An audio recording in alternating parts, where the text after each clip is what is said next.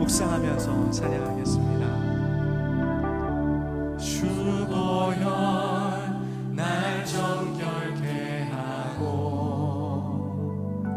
주 보혈 날 자유케 하리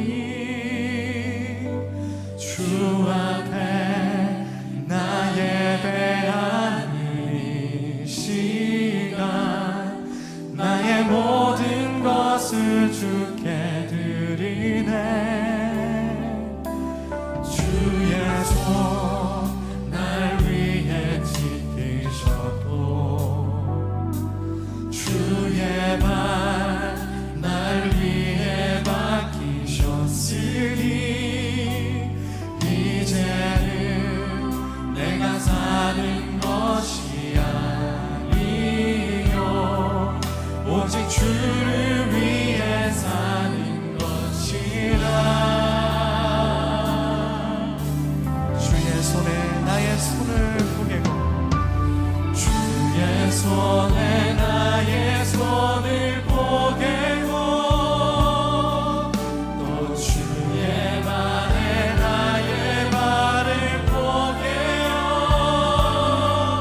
나 주와 함께 죽고 또 주와 함께 살리라 영원토록 주 위에 주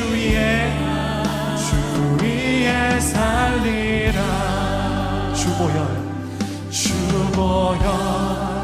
날 정결케 하고 주보혈 날 자유케 하니 주 앞에 주님 우리 사람으로 할 수 없는 것을 오늘도 주의 말씀으로 가능케 하여 주시고 우리가 예수와 같이 됨으로 예수를 닮아감으로 하나님 우리가 온유한 삶 살게 하여 주옵소서 날 위해 지키셨고 주의 발 날 위해 박히셨으니 이제는 내가 사는 것이 아니요 오직 주를 위해 사는 것이라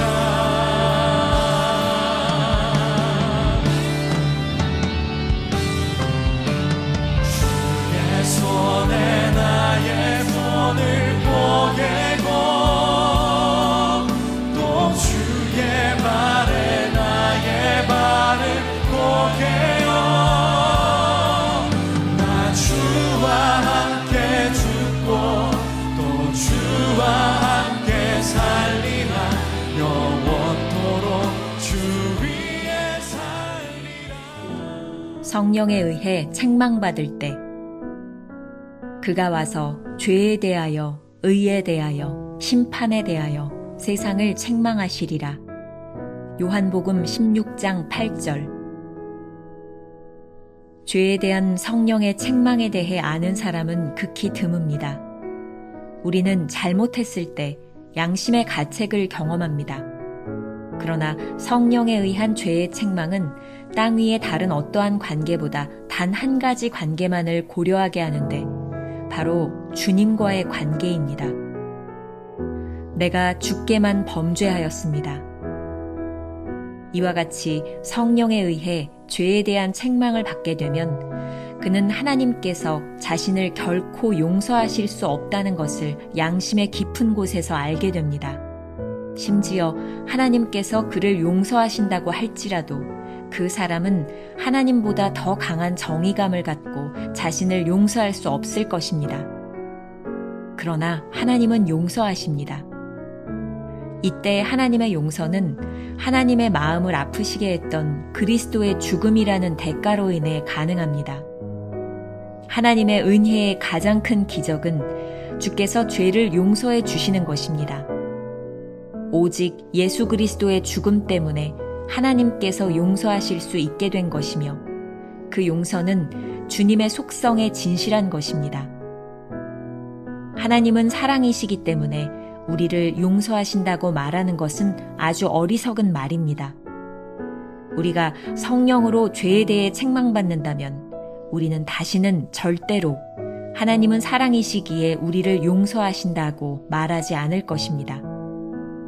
하나님의 사랑은 오직 갈보리를 의미합니다. 하나님의 사랑은 다른 곳이 아닌 오직 십자가를 통해 부어졌습니다. 하나님께서 나를 용서하실 수 있는 유일한 근거는 주님의 십자가입니다. 그곳에서 하나님의 공의는 만족되었습니다. 용서가 의미하는 것은 단지 내가 지옥에서 구원받고 천국의 특권을 얻은 것만이 아닙니다. 아무도 이러한 차원에서 용서를 용납하지는 않습니다. 용서는 내가 죄사함을 받아 다시 새로운 관계에 들어갔다는 뜻입니다. 즉, 그리스도 안에서 하나님과 하나가 되었다는 뜻입니다. 구속의 기적은 하나님께서 나를 변화시키시는 것입니다. 내 안에 새로운 성품, 곧 예수 그리스도의 성품을 넣어주심으로써 거룩하지 못한 나를 거룩하신 주님의 기준에 맞게 변화시키시는 것입니다. 김명삼 목사의 매일 만나 365, 오늘은 11월 19일 성령에 의해 책망받을 때라는 제목으로 말씀을 함께 나누어 보겠습니다. 오늘의 주제, 용서의 진정한 의미. 오늘 챔버스가 다루고 있는 죄의 문제는 우리의 잘못을 깨닫는 것과는 다른 차원의 문제입니다. 성령께서 우리에게 오실 때 깨닫게 되는 죄는 무엇이 다를까요?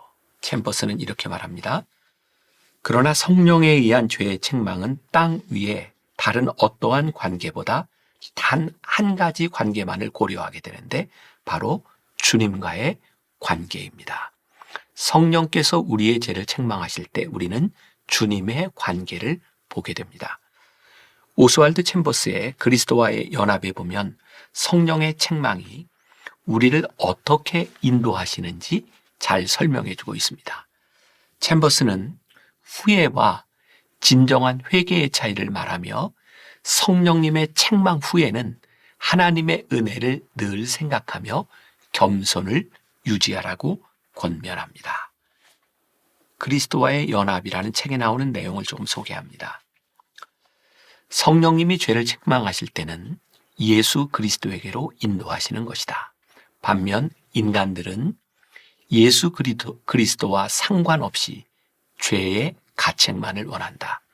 가인의 후회 체험이 전형적인 것으로서 아마도 그보다 덜한 죄악을 범했어도 그는 후회를 경험했을 것이다. 우리 중에 실제 살인자는 적다. 그러나 우리는 모두 잠정적으로 살인자들이다. 성경에 보면 그 형제를 미워하는 자마다 살인하는 자니 라고 기록되어 있기 때문이다. 하나님을 섬길 때 늘 겸손을 유지하는 비결은 만일 하나님의 은혜가 없었다면 나는 현실적으로 어떠한 존재였을지를 성령님에 의해 계속 생각하는 것이다. 성령께서 우리를 무섭게 책망하실 때 찾아오는 것은 절망입니다.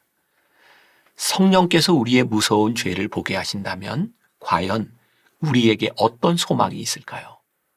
챔버스는 아주 흥미롭게 이 부분을 묘사하고 있는데 심지어 하나님께서 그를 용서하신다고 할지라도 그 사람은 하나님보다 더 강한 정의감을 갖고 자신을 용서할 수 없을 것입니다. 그러나 하나님은 용서하십니다. 성령께서 우리 마음 깊숙이 무서운 죄성을 깨닫게 하실 때 그 두려움이 어떨까요? 하나님께서는 그 죄를 용서하신다고 해도 우리 속에 있는 정의감이 그것을 받아들이지 못할 정도라고 말하고 있습니다. 그만큼 무섭게 우리의 죄를 책망하실 것이라고 말입니다. 그럼에도 불구하고 하나님은 우리의 죄를 용서하십니다. 그러니 단순히 죄를 깨닫는 것과 성령께서 우리의 죄를 책망하시는 것이 어떻게 같을 수 있겠습니까? 우리의 감정으로 용서하는 것과 성령의 책망을 통해 용서의 경험을 하는 것이 어떻게 같을 수 있겠습니까? 찰스 스펄전 목사님의 책 구원의 은혜에 보면 하나님의 용서에 대하여 이렇게 설명하고 있습니다. 만일 우리가 하나님께 범죄했다면 용서하는 일은 하나님의 능력에 속한 것이다. 왜냐하면 그 죄는 하나님을 거스린 것이기 때문이다. 그런 거로 다윗은 시편 51편에서 이렇게 말했다.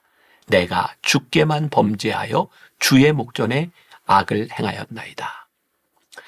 우리가 범죄한 것은 하나님께 대한 것이므로 하나님만이 그 죄를 없앨 수 있다. 우리가 하나님께 진 빛은 창조주 하나님만이 탕감해 주실 수 있고, 또한 하나님은 그 일을 기뻐하신다.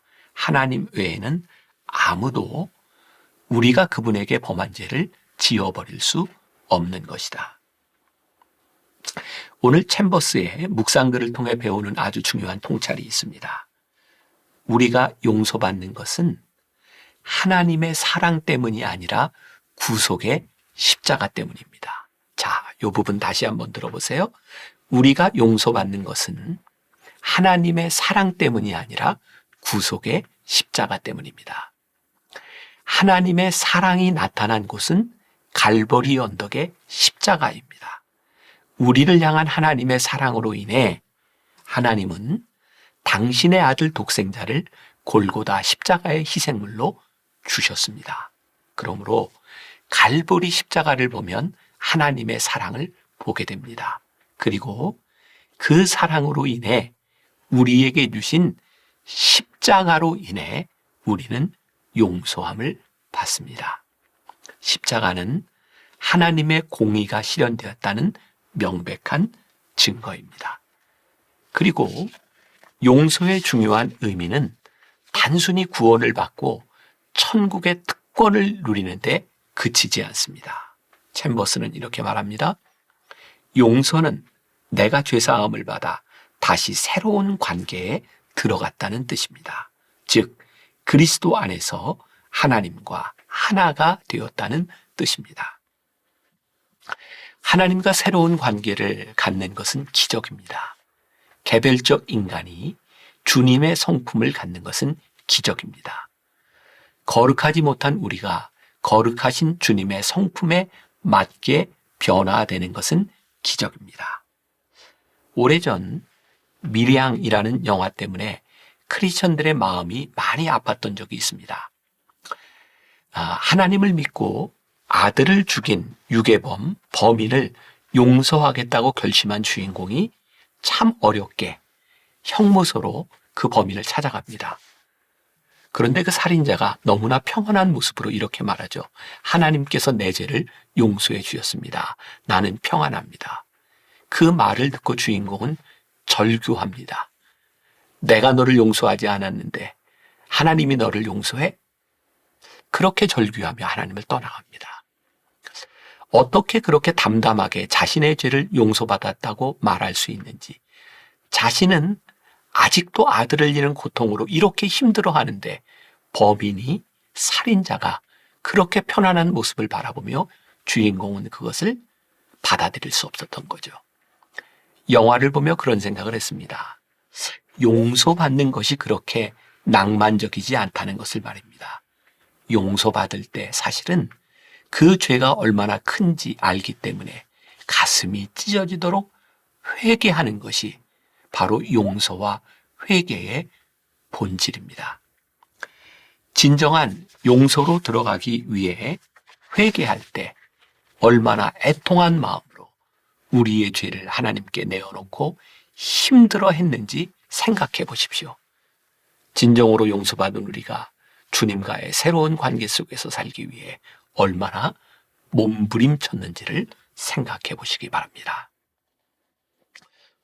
우리가 기억해야 될 한 줄 노트. 성령께서 우리의 죄를 책망하실 때 그 아픔이 클수록 진정한 용서를 경험합니다. 오늘 하루 이런 질문을 가지고 살아봅시다. 용서를 경험한 우리는 주님과의 새로운 관계 속에서 구체적으로 어떻게 살고 있습니까? 참 자유를 누리기 위해 진정으로 애통한 경험이 있습니까? 기도하겠습니다. 성경은 우리들에게 분명히 말씀합니다. 하나님께서 우리의 죄를 용서하신다고.